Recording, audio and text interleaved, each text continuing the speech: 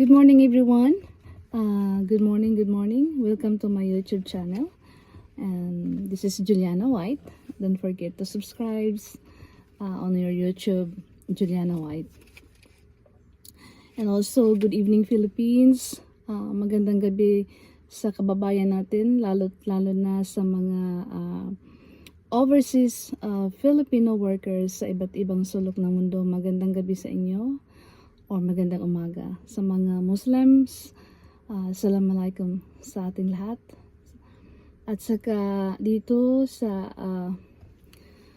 southern part of Missouri, USA, its time check is 7:30.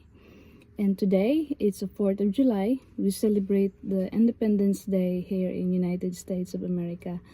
And also this evening, we have there is a fireworks. So, aabangan natin ang mga fireworks mamayang gabi. So, huwag kalimutan, pasalamatan ang Panginoon Diyos at saka yung deliberate natin,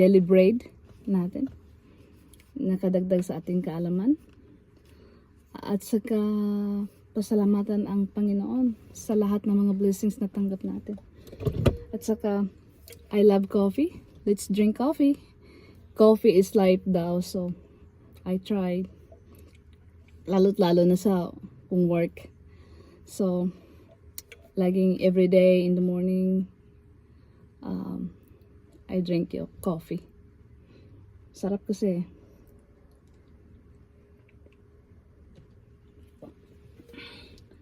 So, ngayon, I'm going to the other town in Park Hills kasi pupunta ako sa Global Store, but I'm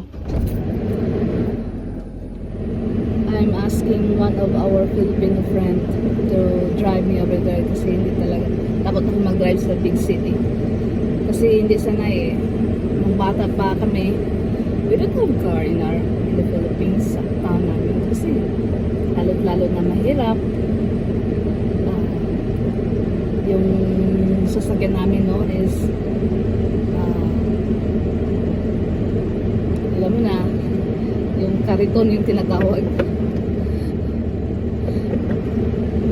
at saka kalabaw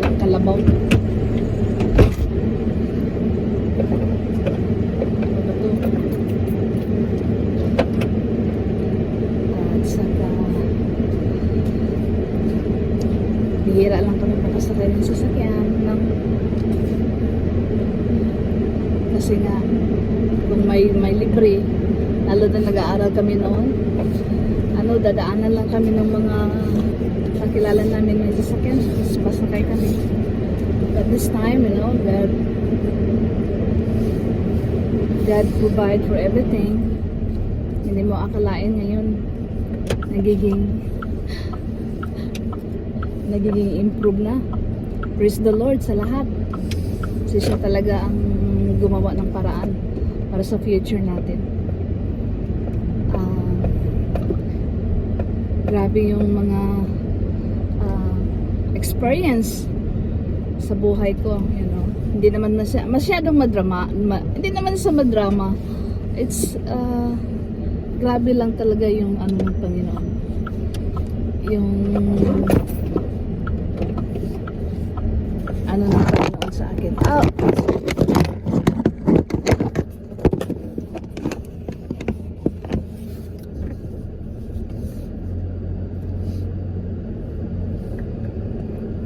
Wala tuloy ako.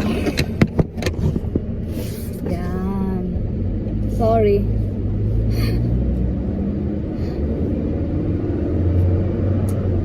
So ngayon, driving going to another town. It's town sa Park Hills.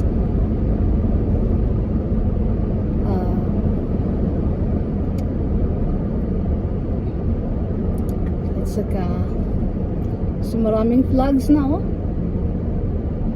maraming flag na kasi din sa dito sa veterans Mahirapan kasi ako magkuha ng ano eh, pictures. Kasi nagda-drive ako. Kaya ito.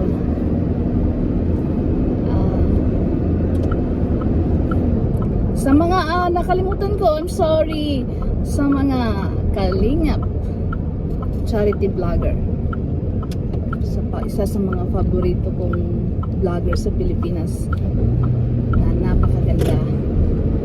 Kalingap Kuya Bal, Ate Edna, Kuya Rob, and his wife, his lovely wife, Jag. Jag is so pretty.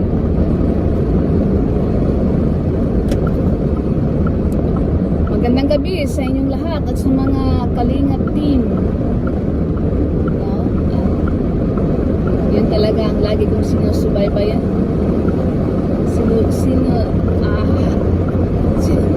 Sinubaybayan na love team. Of course, number 1 fan ng Junkar.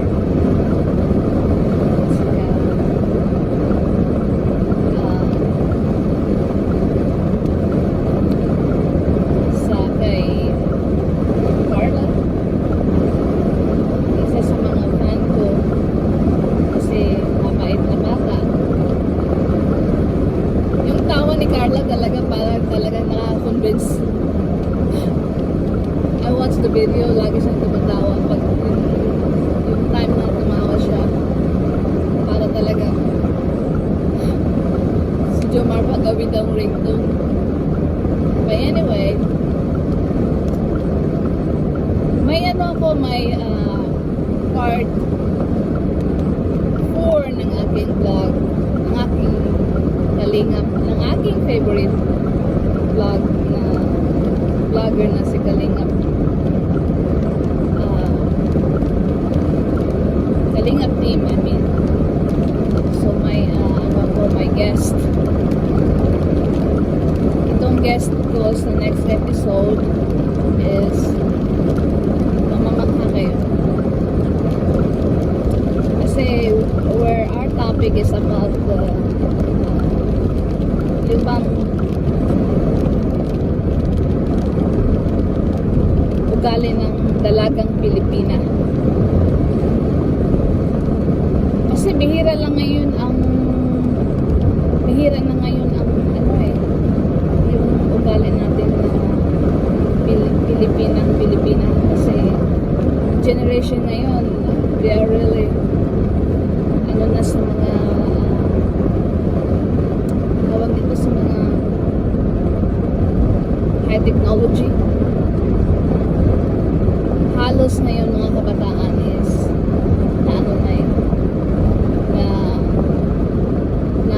na-empower na sa mga bagong latest ngayon. For ano lang yung sa remote area, yun, bihira lang, lalo na sa mga kapatid natin, mga walang-wala. Mahirapan talaga sila provide sa mga like gadget. Ngayon, halos na sa Pilipinas, halos na high technology na, mahirapan na iba, search na online classes. So, which is, nagiging proud, at least, ang Pilipinas ngayon, nagiging, para bang Americanized. Kasi may mga online classes na. So,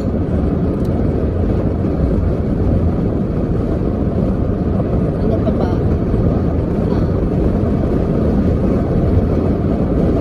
Back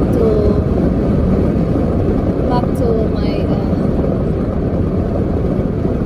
favorite love team.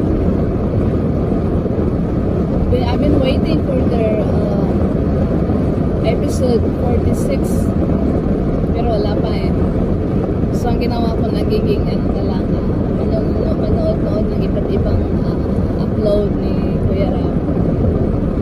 At saka huwag natin kalimutan supportahan yung mga love teams, kasi kailangan, lalo pag ngayon nag-aaral na sila ng medical course, masyadong expensive na. So, I hope ang mga K-Angels, they are especially in college now, they are in college. I hope na huwag ninyong sayangin ang opportunity. College life is andun lahat eh. Yung bang hang out with the friends, at saka yung environment. Kasi iba't ibang ano na eh, uri ng behavior na ma-encounter mo doon sa mga kaklase. Saka huwag kalimutan mga K-Angels, huwag kalimutan ng mga bilin ng inyong Kuya Rob na hindi yun basihan ng ano eh, hindi naman ang nakaganda kay Kuya Rob, he don't require high grades. Gusto niya as long as makapasa. Ako rin, kami rin, you know, we have 5 colleges down. We sent to college. I told them I don't need high grades kasi mapipressure kayo. Okay lang kung ma-pressure kayo, yung willingness ninyo, hindi yung talagang persahan na kailangan talaga kasi ito yung required namin na grades. So no. So we have 5 colleges na 3 ngayon ay natapos na. So yung isang pamangkin ko, sabi niya he was really worried because he didn't pass the upward. And sabi ko, no, there is second time, there's second chance, you know. Huwag masyadong i-pressured ang mga kabataan na puspusang mag-aaral kasi mahirapan sila eh. Kailangan talaga balance at saka respeto na para hindi rin masisira yung ano nila, yung mental stress nila ba. So kaya sa mga K-Angels, pagbutihin ninyong pag-aaral. Sabi nila, study first before enter the kingdom of love. Hindi. You can have, siguro in my opinion, hindi mo maiwasan eh, if you are really fall in love, hindi maiwasan yan. Pero gawin ninyong balance eh. Kasi I know pag ma-fall in love ka talaga, talagang mapofall ka. Pero isipin nyo ang kahirapan. Kasi pagdating ng panahon, maintindihan ninyo lahat. Kaya talaga hanggat maaari, you know, balance talaga. Future or love.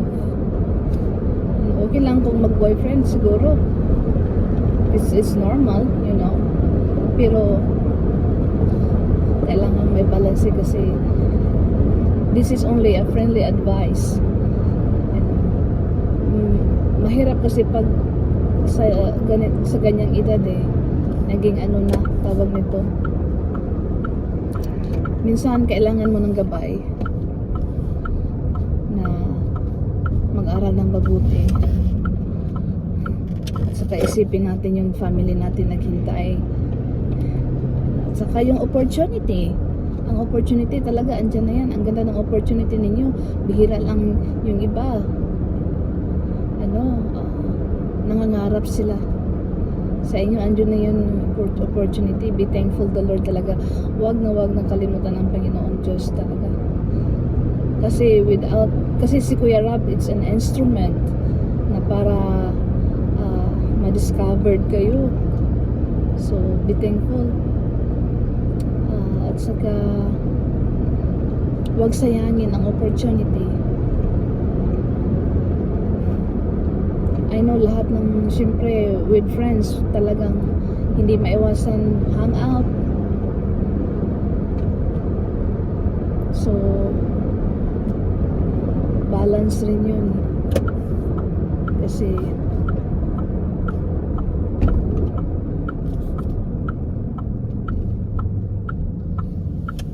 ang importante, ang future, kasi mas maganda yung may pinag-aralan kasi yun talaga ang pamana.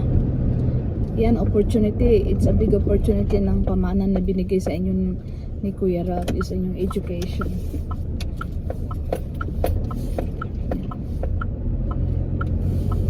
Kaya labanan ang mga pagsubok, yung college life, kasi madaming mga pangyayari darating dyan. So, isipin ang opportunity, future, isipin nyo. Malapit na ako dito sa apartment ng kaibigan ko. At saka kailangan makarating kami maaga doon sa global store kasi naubusan na ako ng Filipino food. Kasi I'm craving na, matagal na ako hindi nakakain ng mga Filipino. Gusto ko nang kumain ng masarap na isda, masarap na yung mga sardinas. Kaya kailangan ko nang pumunta kasi minsan lang kami magpunta doon eh, so we need to like buy a lot of things doon. Mostly ang binibili ko yung dried fish, sardinas, yung mga tawag nila udong, kasi yung udong at saka sardinas yung paborito ko nung nag-birthday ako when we were young. Yun talaga inhanded ng parents ko, yung tawag nito udong at saka sardinas. Pero ang sarap ng buhay. Kaya ngayon hindi ko na malimutan, kailangan ko talaga bilhin kasi reminds me, you know. At saka yung paborito ko yung daing, yung dried fish, yung goodbye head. Masarap yun sa may suka eh. Kasi doon kami na lahat. Para bang paborito ko na, one of my favorite is sardines with udong. At saka dried fish, yung goodbye head, at saka ano pa ba, yung isda, yung ulo ng isda talagang sarap ng fresh. Pero wala, malayo kasi dito sa malayo sa dagat dito sa amin, kaya lahat frozen.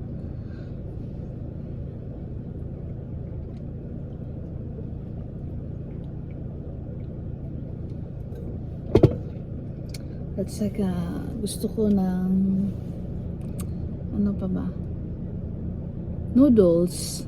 Gusto ko yung noodles, tagal na eh. Ano pa, miss ko na ang Philippines, miss ko na ang mga yung mga pagkain ng Pilipino food. Pagkain na paborito ko yung biko, at saka ano pa, saging na turon. Yung turon, nakagawa ako dito ng turon, yung kamuting kahoy tinatawag. Miss ko na yung kasaba cake. Ano pa, yung bibingka. Puto cheese, nakagawa ako dito ng puto cheese, pero yung bibingka wala.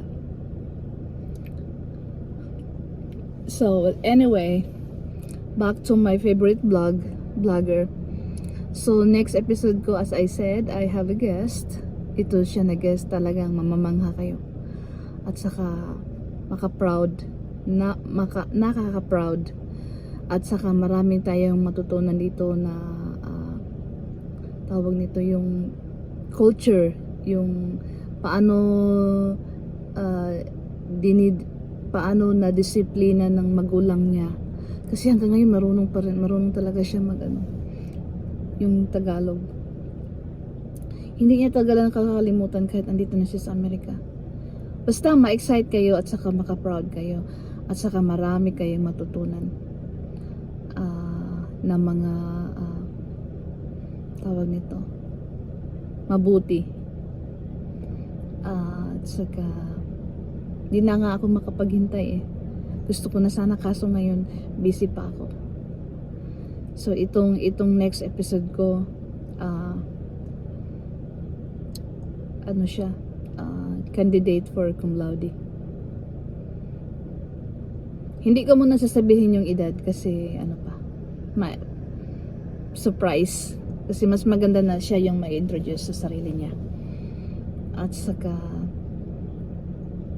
tawag nito, napakabait nito. Sana, I hope na maraming matutunan ang mga kababayan natin dito na nag-grow up na sa Amerika. Kasi minsan pag dito ka na nag-grow, minsan makalimutan na yung culture natin kasi na-adapt na sa Amerika. I mean, I'm not trying to be criticized or judgment, pero ganun talaga kasi yung environment, lalo na sa school. Pero itong guest natin talaga, masasabi mong makakapawaw ka talaga. Kasi napaka-unique. Kung sa ano pa, parang she is something else.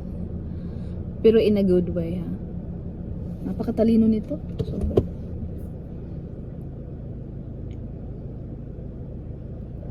Ngayon, hinihintay ko lang na mag 8 o'clock at saka tatawagan ko yung friend ko. Kasi siya magda-drive papunta doon sa city. So, from here going to the city, sa global store is 1 hour, approximately 1 hour 30 minutes drive. So yun, may mga listahan ako na bibilhin at saka ready na ang lahat.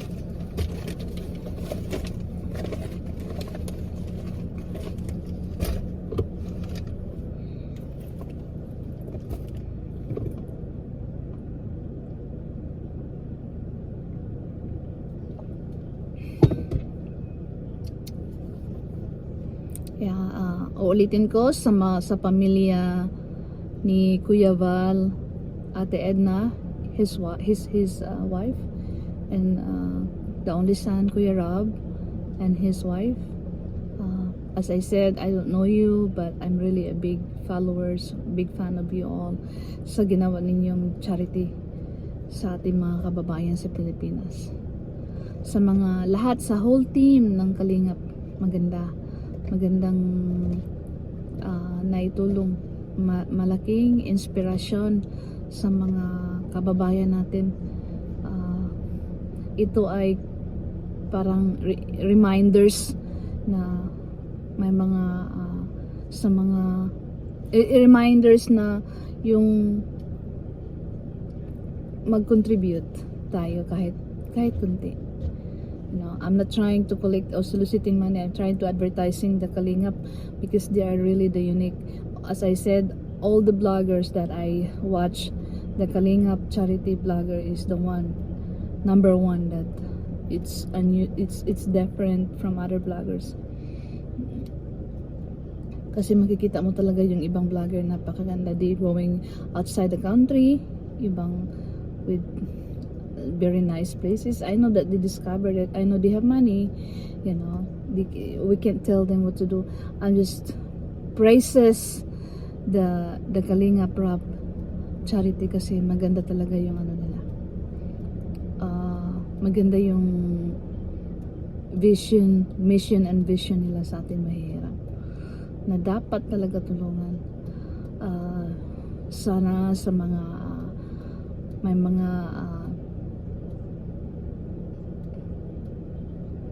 may mga mabuting puso, wag nating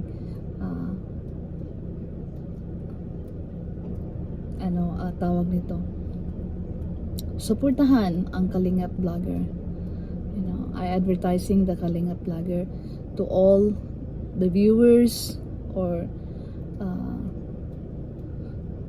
the viewers sa sulok ng mundo. Huwag kalimutan suportahan ang ating Filipino vlogger kasi napakaganda, napakasaya, kaya napakasarap sa puso natin na makatulong tayo sa ating mga kababayan. Sa mga hindi pa nakasubscribes, subscribes na po kayo. Just go to your YouTube channel and type Juliana White, and I hope na magustuhan ninyo. At saka huwag ka laging kalimutan na watch sa YouTube ng Kalingap Rap, kasi yun talaga ang nakapagbigay ng views sa kanila to help to our Filipino na nangangailangan ng tulong. Saka unang-una, pasalamatan ang Panginoon kasi andito tayo ngayon buhay, sa mga blessings. Very thankful. At sa muli, magandang umaga sa lahat, at we will see you the next episode sa part 3 ng aking part 4 ng aking YouTube channel with my guest. So sa ngayon, bye bye muna, and happy 4th of July to everyone.